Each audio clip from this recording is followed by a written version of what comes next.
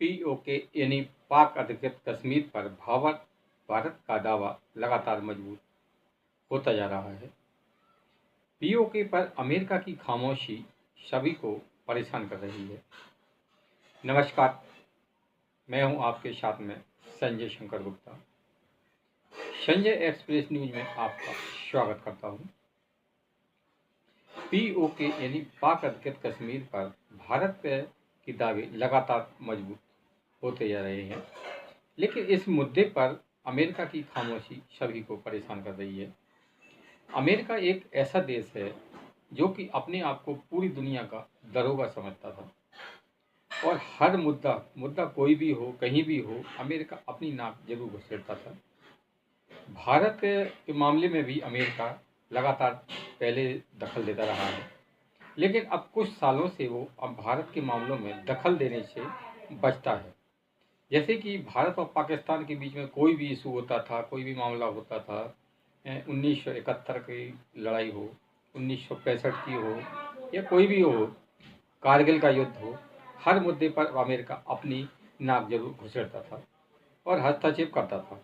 उस समय की जो भी सरकारें थी वो अमेरिका की बात मान भी लेती थी, लेकिन अब ऐसा नहीं है। पीओके पर संसद में भी सर्वसम्मति से प्रस्ताव पास हुआ। जम्मू कश्मीर के चुनाव के समय या उसके पहले जब 370 धारा भी हटाई गई, तब भी भारत ने स्पष्ट कर दिया था कि पीओके भारत का है और भारत का अभिन्न अंग है। हालांकि पाकिस्तान इसको आज़ाद कश्मीर कहता है, लेकिन पाकिस्तान ने इस पर जबरन कब्जा कर रखा है। ये सब हुआ आपके जो पहले प्रधानमंत्री थे पंडित नेहरू के समय।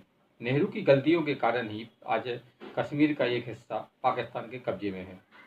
मोदी सरकार के पहले कोई भी सरकार, मतलब काफ़ी सरकार रही, मनमोहन सिंह सरकार भी रही है, पीवी नरसिंह राव सरकार भी रही है, लेकिन इन सरकारों ने मजबूती से कभी पीओके का मुद्दा नहीं उठाया, ना ही ऐसी मजबूती से दावा किया जैसे कि मोदी सरकार कहती है कि पीओके हमारा है और हम इसको लेके रहेंगे।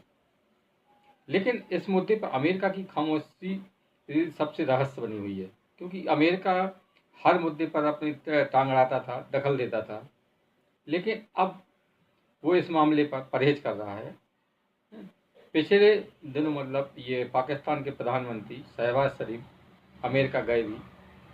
अमेरिका की अपनी यात्रा के दौरान उन्होंने कश्मीर मुद्दा उठाने की कोशिश भी की, लेकिन अमेरिका ने इसको यह कहकर खारिज कर दिया कि ये दोनों देशों के, भारत और पाकिस्तान के बीच द्विपक्षीय मुद्दा है और आप बातचीत से हल करिए। इसके पहले तक ऐसा नहीं था, लेकिन ये सब बदलाव के पीछे अगर हम देखें तो नई दिल्ली की बढ़ती हुई ताकत है। इसके पहले मतलब ये ऐसा था कि नई दिल्ली की इतना मजबूत नहीं, यानी भारत देश इतना मजबूत नहीं था। आज भारत हर क्षेत्र में मजबूत है, चाहे रक्षा के क्षेत्र में हो, आपके व्यापार के क्षेत्र में हो, औद्योगिक क्षेत्र में हो, है ना, आईटी के क्षेत्र में हो, यानी कोई भी आपका वो, हर क्षेत्र में भारत की आगे है, हर क्षेत्र में भारत तरक्की कर रहा है। इसी का असर है कि अब अमेरिका भी भारत के मामले में टांग नहीं अड़ाता है। बहुत साल तक ऐसा चलता रहा कि अमेरिका भारत और पाकिस्तान को उकसाता रहा और भारत और ये पाकिस्तान आपस में लड़ जाते थे। उसके पीछे अमेरिका का एक उद्देश्य था कि वो दोनों को उकसाकर जब भी इनके बीच युद्ध के बादल छाते थे तो दोनों को अपने हथियार बेचा करता था। लेकिन अब ये सब परिस्थितियाँ बदल गई हैं। भारत अब अमेरिका पर निर्भर नहीं है। भारत अब अमेरिका के अलावा रूस हुआ, फ्रांस हुआ, इजराइल हुआ, मतलब ये बहुत सारे ऐसे देश हैं जिन पर भी रक्षा के मामले में समझौते हो रहे हैं, उनसे भी भारत हथियार वगैरह ले रहा है। जो भी उसको ज़रूरत की चीज़ें हैं वो अब सिर्फ अमेरिका के भारत पर निर्भर नहीं है। और एक सबसे बड़ा एक बात ये है कि अब भारत और पाकिस्तान न्यूक्लियर शक्ति है, यानी कि दोनों के पास में परमाणु बम है।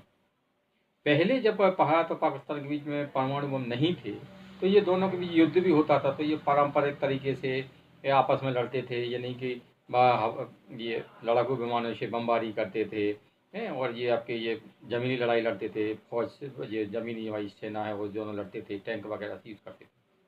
लेकिन अब आज का जो समय है वो बदल गया है। आजकल ज़मीनी युद्ध की बजाय हवाई युद्ध बहुत महत्वपूर्ण हो गया है। और अब अमेरिका को इस बात का डर है कि अगर कहीं भारत और पाकिस्तान के बीच युद्ध हुआ तो ये युद्ध महाविनाशकारी होगा और उससे अमेरिका भी नहीं बच पाएगा, क्योंकि उसका सबसे बड़ा कारण ये है कि भारत और पाकिस्तान दोनों के पास परमाणु बम है और पाकिस्तान तो गाए बाए हर बार कभी भी कोई भी मुद्दा हो भारत पर परमाणु हमला करने की धमकी देता भी रहता है। तो ऐसे में अमेरिका को एक डर हमेशा बना रहेगा कि अब ये देश आपस में ना लड़ें, क्योंकि अगर ये लड़े और इनके बीच में परमाणु वार हुआ तो इसका असर बहुत दूर तक होगा और महाविनाश होगा। इसीलिए अब अमेरिका भारत और पाकिस्तान के पचड़े में नहीं पड़ता है। तीसरा ये बात ये है कि भारत की अर्थव्यवस्था, ये भारत हर कोई भी क्षेत्र सब में ऊंचे मुकाम पर पहुंच गया है और पाकिस्तान आज नीचे से निचले पायदान पर पहुंच गया है। वो जहाँ भी वहाँ के प्रधानमंत्री जाते हैं वहीं भीख का कटोरा लेकर पहुंच जाते हैं।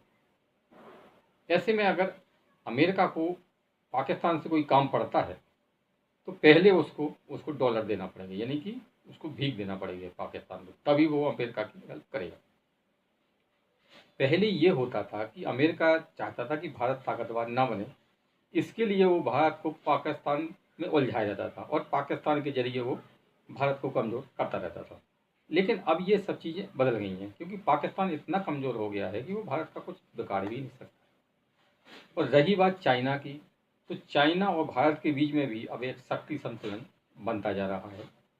भारत 1965 वाला कमज़ोर देश नहीं है, ये बात चाइना को भी समझ में आ गई है। डोकलाम के बाद में चाइना को ये बात बहुत अच्छे से समझ आ गई है कि भारत से पंगा लेना बहुत महंगा पड़ेगा। इसी का नतीजा है कि अब अमेरिका हो या चाइना हो या कोई अन्य देश हो, भारत के मामले में ज़्यादा टांग नहीं अड़ाते हैं, खासतौर से अमेरिका।